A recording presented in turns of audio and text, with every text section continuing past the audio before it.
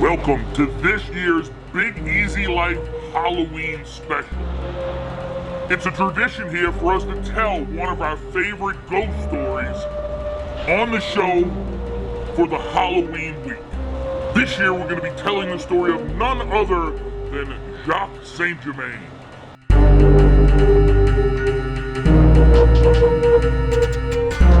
This beautiful house with the red door here behind us is one of the largest single-family dwelling homes in the French Quarter.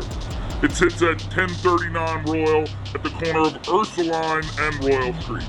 Across the street, behind that wall, is an apartment where famous author Anne Rice previously lived before she published her Vampire Chronicles. It's widely believed that her character, the vampire Lestat, was based off of a man that used to live right behind that red door. But our story doesn't start in the recent future. We have to go all the way back to the 18th century in France, where there was an extraordinary, popular, and mysterious man named the Count de Saint-Germain. Historians aren't quite sure exactly where he came from. Whoever he was a very wealthy man with many talents. He could speak many languages.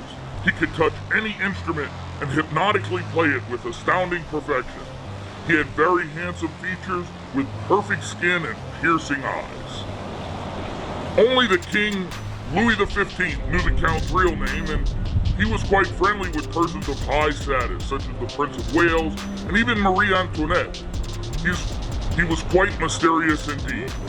The Count was so popular in high society that Casanova would impersonate him when he traveled. Time passed, and it's the early 1900s. A man moving into this house, just arriving from France, said his name was Jacques Saint-Germain. He claimed to be a descendant of the very Count. Now, there's no historical records indicating that the Count was ever married or had children. Jacques was a very good-looking man with perfect skin and piercing eyes. He could speak many languages and play lots of instruments. And he also had a lot of money, which helps.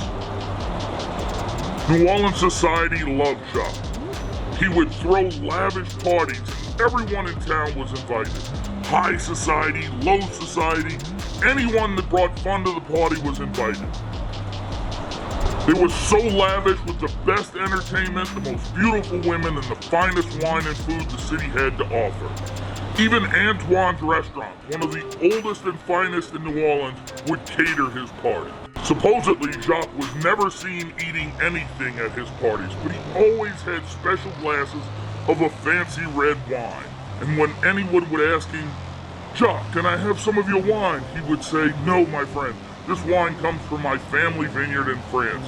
I only have a few cases remaining with me, but have anything else you desire, and if you want more, I'll order it for you." He was a wonderful host. One evening in 1903, a couple of his regular partygoers came knocking on his door, asking Jacques to come out and go gambling down in the Marais. This particular evening, he said, "No, friends, not tonight. I am a bit indisposed at the moment."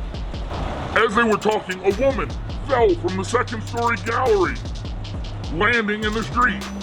Now, she didn't die. She was a little banged up, and when the cops interviewed her, she said she was standing outside on the gallery, admiring the beautiful evening. Jacques was somewhere in the house, and suddenly, within an instant, he was at her throat, trying to kill her. She said he was a vampire, but he got distracted by a knock at the door. In the moment of his distraction, she jumped, which is the only reason she is alive. Now, the police are looking at this woman, and clearly, she is drunk. She's also a woman of the night. So the cops go to interview Jacques, who opens the door saying, "I am sorry, officers.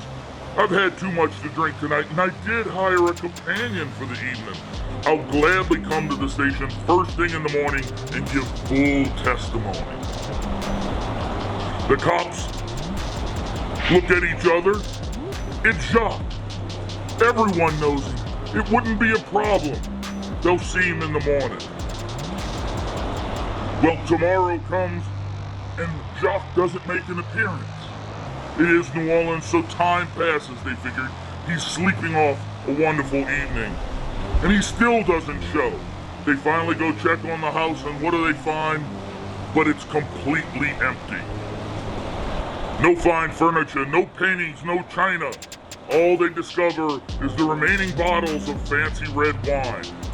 Now, the story goes that these men opened the bottles, placed it to their lips to enjoy a taste of the high life that Jacques so enjoyed.